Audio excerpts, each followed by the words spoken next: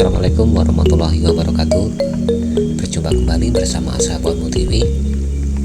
Di kesempatan kali ini saya akan membagikan tutorial cara mengganti LCD pada handphone Oppo A31 JPH 2015. Dan ini adalah LCD nya yang akan saya gunakan, saya ganti untuk mengganti LCD yang pecah.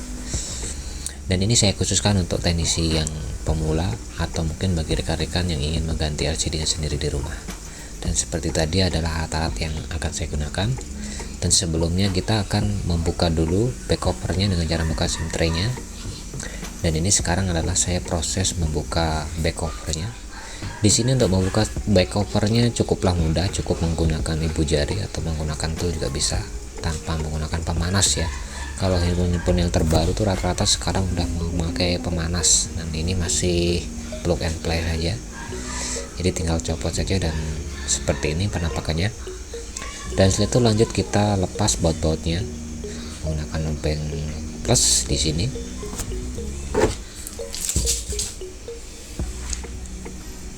Dan setelah itu kita lepas dulu penutupnya. Seperti itu. Di handphone Oppo A31 ini cukup simple ya teman, cukup gampang buat saya, buat rekan-rekan tentunya juga gampang juga. Dan setelah itu kita lepas dulu konektor baterainya, dan setelah itu kita lepas baterainya terlebih dahulu.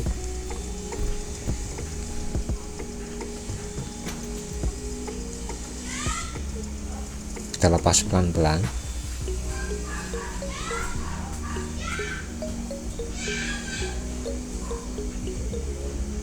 Dan setelah itu kita angkat baterainya seperti ini. Dan setelah itu kita lepas fleksibel LCD nya.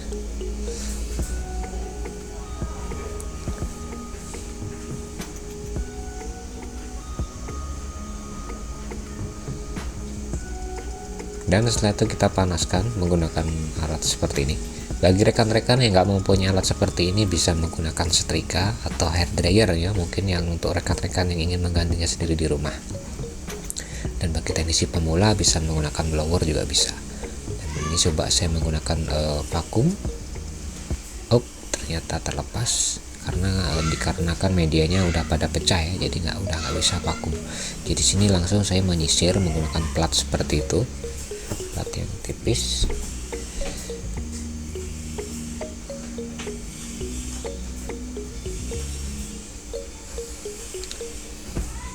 Dan setelah itu lanjut saya sisir menggunakan mika.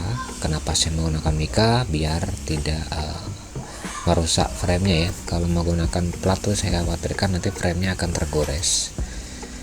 Biar bagaimanapun ini handphone juga masih baru, relatif masih baru, dan saya mencoba mengerjakan dengan supaya biar mulus handphonenya. Dan di sini saya menggunakan mika seperti itu adalah bekas pembungkus baterai teman-teman. Jadi bagi rekan-rekan yang menggunakan bisa bebas menggunakan mika apapun, yang penting terbuat dari plastik dan di saat menyisir tidak merusak framenya gitu.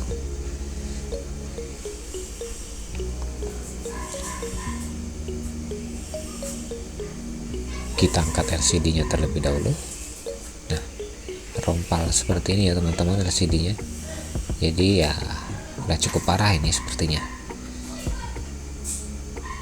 Baik, sampai seperti itu mungkin habis jatuh terkelindis apa ya. Setelah itu bersihkan dulu frame-framenya untuk sekitarnya. Dan ini jangan lupa saringan earphone-nya.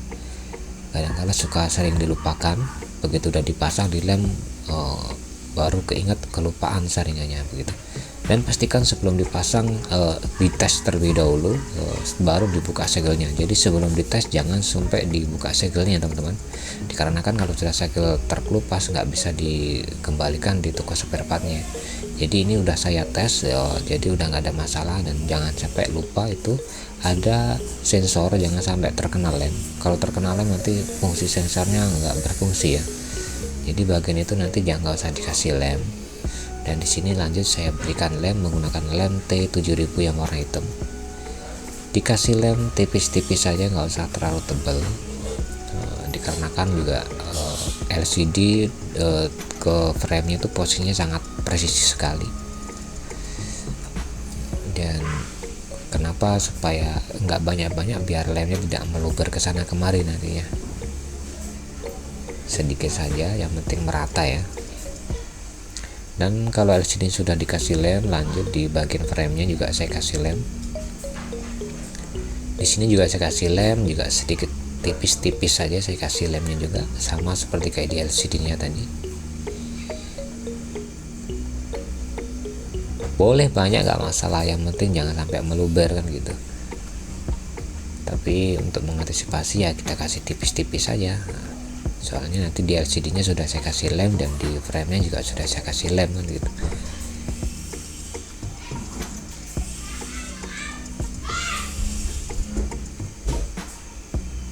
Dan setelah itu kita pasang LCD-nya, kita masukkan dulu. Dan ini posisi bagian bawah dulu yang dipaskan, baru posisi atas. Jadi bagian bawah dulu kita persisikan terhadap frame-nya. Bila memang sudah presisi, kita tekan pelan-pelan, dan setelah itu kita ikutin, kita lanjutkan ke posisi yang atas. Nah seperti itu. Nah bila sudah masuk, jangan ditekan terlebih dahulu, biarkan LCD mencari posisinya sendiri sambil kita tekan secara halus. Kita tekan pelan-pelan dan supaya presisi LCD-nya. Bila mana ada lemnya yang meluber, di saat posisi basah juga bisa langsung dibersihkan. Jadi kita tekan pelan-pelan sambil saya bersihkan lem yang memang ada yang meluber. Ini aja lem yang saya kasih sedikit tadi itu aja masih ada sedikit yang meluber ya, apalagi banyak, jadi kesana kemari nanti.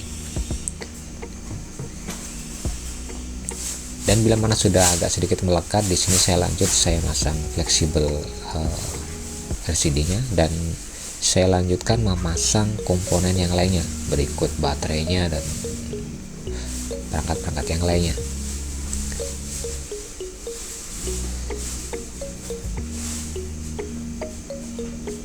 Dan ini adalah baterainya.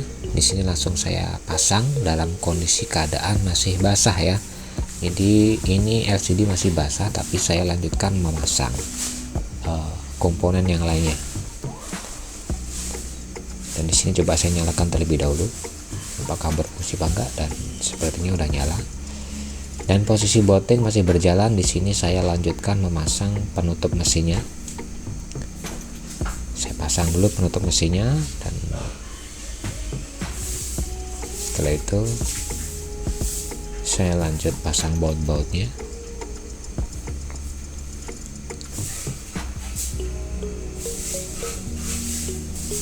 Bila mana baut-bautnya sudah terpasang, dan di sini saya lanjut pasang back covernya. Jadi perlu dicatat, ini kondisi LCD-nya masih basah, jadi tetap harus waspada, dan sambil kita tekan-tekan seperti itu biar posisi LCD-nya merata. Dan di sini saya lihat LCD-nya juga masih nyala. Di sini saya coba saya presisikan kembali dengan cara menekan secara halus seperti itu. Ini kita menekannya nggak terlalu kasar kok, sangat halus sekali, pelan-pelan saja. Dan di sini saya lanjut menggunakan isolasi. Jadi fungsi isolasi ini adalah untuk supaya LCD bisa merekat ke frame-nya. Dan kenapa saya menggunakan isolasi? Setelah diganti LCD, jadi handphone sudah langsung bisa digunakan walaupun habis diganti LCD, seperti itu. Jadi mungkin cukup sekian tutorial dari kami, dari Sahabat Moon TV.